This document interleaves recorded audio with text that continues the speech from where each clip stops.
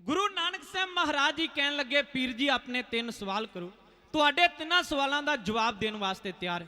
कब्रस्तान में सभा लगाई गई, पीर का तख्त लिया गया, उच्ची थां ते पीर का तख्त लग गया। हुण नीवी जगत ते मुलजमां की तरह खलोते हुए गुरु नानक साहब महाराज ते भाई मरदाना जी ते पीर 3 सवाल महाराज नूं कहंदा करदा है। कहंदा नानक मेरे 3 सवाल। पहला सवाल यह है कि जे खुदा जे परमात्मा है ते परमात्मा तो पहला की सी, परमात्मा तो पहला की चीज सी। दूसरा सवाल भी जे खुदा जे परमात्मा है वो दिसदा क्यों नहीं।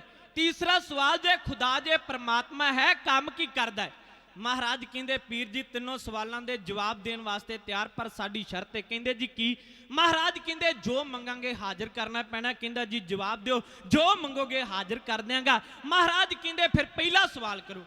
इन्हें पहला सवाल किया, कहंदा नानक यही है मेरा पहला सवाल भी जे खुदा जे परमात्मा है ते परमात्मा तो पहला की सी, परमात्मा तो पहला की चीज सी। सतगुरु गुरु नानक साहब महाराज जी कहन लगे, पीर जी इस सवाल का जवाब चाहते हो तो मोतियां का थाल भर के लैके आओ। चेले गए मोतियां का थाल भर के लैके आए। सतगुरु जी कहंदे साडे अगे नहीं, ये मोतियां वाला थाल पीर दे अगे रख दो। पीर दे अगे मोतियां वाला थाल गया ते गुरु नानक साहब महाराज जी कहन लगे, पीर जी पहले सवाल का जवाब चाहते हो तो मोतियां की गिनती करनी पवेगी, गिनती शुरू कर दो। पीर ने गिनती शुरू कर दी। मोती गिन रहा है, कहंदा 1 2 3 4 5 6 7 8 9 10 गिनती 20 तक पहुंची ते महाराज ने रोक दिता। पीर जी रुक जाओ, तुहाडी गिनती गलत हो गई। पीर ने सोचा भी चलो हो सकता है गलत गिन देते हो, दोबारा गिन देना। महाराज कहंदे हाँ दोबारा गिनो।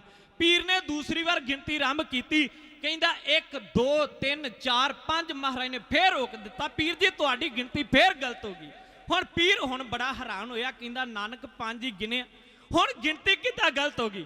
महाराज कहन लगे, पीर जी दिमाग टिकाने करके गिनो, चंगी तरह दिमाग ला के सही तरीके नाल गिनती करो। तुसी गिनती इन्ना ज़्यादा गलत गिने, ऐं लगदा तुहानूं गिनती नहीं आउंदी। कहंदा ठीक है नानक मान लेना भी 2 बार मोती गिने, दोवें बार गलत। हुण मैं तीसरी बार गिन लगा, जिथे गलत होया मैनूं उत्थे रोक दिओ, उस तो अगे ना जाण दिओ। महाराज कहंदे करो गिनती आरंभ। हुण तीसरी बार पीर ने गिनती आरंभ की, थाल विचों 1 मोती चुक्या ते महाराज नूं विखा के कहंदा 1। महाराज कहंदे रुक जाओ पीर जी तुहाडी गिनती फिर गलत हो गई। हुण पीर बड़ा हैरान होया, कहंदा नानक मोती अजे 1 गिने, अजे मोती भी मेरे हाथ विच ते गिनती हुण किद्दां गलत हो गई। सतगुरु कहंदे 1 तो पहला की आउंदा है? कहंदा जी 1 तो पहला कुछ भी नहीं, 0 है, 0 है, शुरुआत ही 1 तो हुंदी है। ते महाराज कहंदे फिर परमात्मा तो पहला भी कुछ भी नहीं सी। शुरुआत ही परमात्मा तो हुंदी है, शुरुआत ही खुदा तो हुंदी है। एक ओंकार वाहिगुरु अकाल पुरख एक है। कहंदा जी सहमत हां। दूसरा सवाल, जे परमात्मा जे खुदा है तो दिसदा क्यों नहीं? महाराज कहंदे बाटे विच दुध मंगवाओ। चेले गया दुध का बाटा भर के लिया। सतगुरु कहंदे पीर दे हत्थां विच दे दिओ। पीर ने अपने हत्थां विच दुध वाला बाटा लिया। महाराज कहन लगे, पीर जी ध्यान दे नाल वेखण दा यतन करो दुध विच कुछ है। पीर ने चंगी तरह दुध वाला बाटा हिलाया, कहंदा नानक इहदे विच कुछ भी नहीं है। सतगुरु कहन लगे नहीं पीर जी ध्यान दे नाल वेखो दुध विच कुछ है। उन्हें दुध विच चंगी तरह उंगल मार के हिला के वेख्या, कहंदा नानक दुध विच कुछ भी नहीं है, तेनू भुलेखा लग गया है। सतगुरु कहन लगे, पीर जी भुलेखा मैनू नहीं, भुलेखा ते तुहानू लग गया, क्यों झूठ बोली जा रहे हो? दुध विच ते घ्यो है। कहंदा नानक दुध विचों घ्यो वेखण वास्ते बड़ी मेहनत करनी पैंदी है, फिर जाके दुध विचों घ्यो दिसदा है। ते महाराज कहंदे फिर परमात्मा किहड़ा सौखा दिस जांदा है? परमात्मा नूं वेखण वास्ते मेहनत करनी पैंदी है, बंदगी करनी पैंदी है, रब रब करना पैंदा। परमात्मा भी ते फिर ही दिसदा ना, फिर ही उहदे दर्शन हुंदे आ। कहंदा जी सहमत हां। तीसरा सवाल, जे खुदा परमात्मा है तो काम की करदा? गुरु नानक साहब जी मुस्कुरा के आवाज दे के कहंदे, पीर जी कैसे इंसान हो, इन्ने महंगे सवाल कर रहे हो, आप उच्ची थां ते तख्त ला के बैठे हुए हो, तुहाडे इन्ने महंगे सवालों दे मैं जवाब दे रहा। मैनू नीवी जगह ते खिलारिया होया तुहाडे वास्ते शोभा वाली गल नहीं। आनंद तद आउंदा है हाँ उपरली गद्दी छड्ड के तुसी मेरे वाली नीवी जगह ते आण के खलो जाओ ते मैनू इस तख्त दे उत्ते बैठण दी आग्या दे दिओ। पीर ने सोचिया भी सियाणे कहंदे चंगी चीज़ मिले ते न्यों के चुक लैनी चाहिदी। उन्हें अपनी गद्दी छड्डी, तख्त छड्डिया ते महाराज वाली नीवी जगह ते जाके खलो गया। सतगुरु उथों तुरे ते पीर दे लगे तख्त दे उत्ते आके बैठ गए ते महाराज आवाज दे के कहंदे, पीर जी हुण करो सवाल। कहता जी यही है सवाल, जे खुदा परमात्मा है तो काम की करता है। महाराज मुस्कुरा के आवाज दे के कहते पीर जी मेरा परमात्मा यही कुछ करता है, जो कुछ मैं किया भिखारी ते राज करावे, राजा ते भिखारी।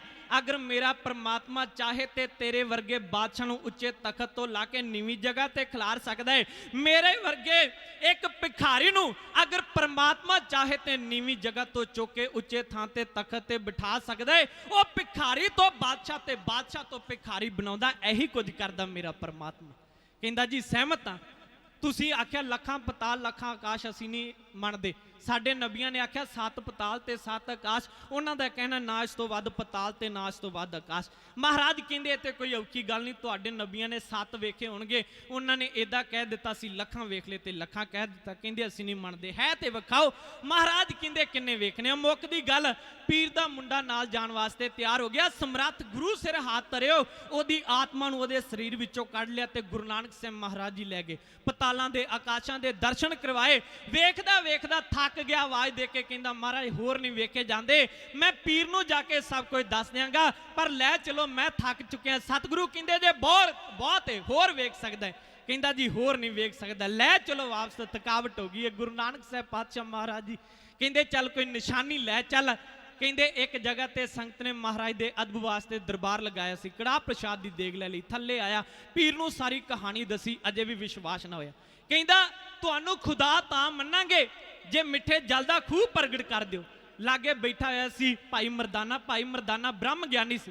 भाई मरदाने ने आवाज दे के आख्या पीर जी अपने आप नूं करामाती कहाउंदे हो, पर तुसी मिठे जल दा खूह नहीं प्रगट कर सकदे, जाओ मेरे गुरु दे चरनां दी खड़ां लै जाओ, जिथे खड़ां रखोगे उथों खूह पुटोगे, उस खूह दा जल जिहड़ा मिठा निकलना शुरू हो जाएगा। इसे तरह होया, कौतक वेखिया हैरान हो गया, पीर नूं झुकना पिया महाराज जी दे चरनां ते, झुक के माफी मंगी ते भुल्ले पड़ के पीर नूं सतगुरु ने ज्ञान दे तीर मार के सच दा रस्ता दिखाया। यह सी गुरु नानक साहब महाराज जी दी बगदाद फेरी दा इतिहास। समा बहुत थोड़ा सी,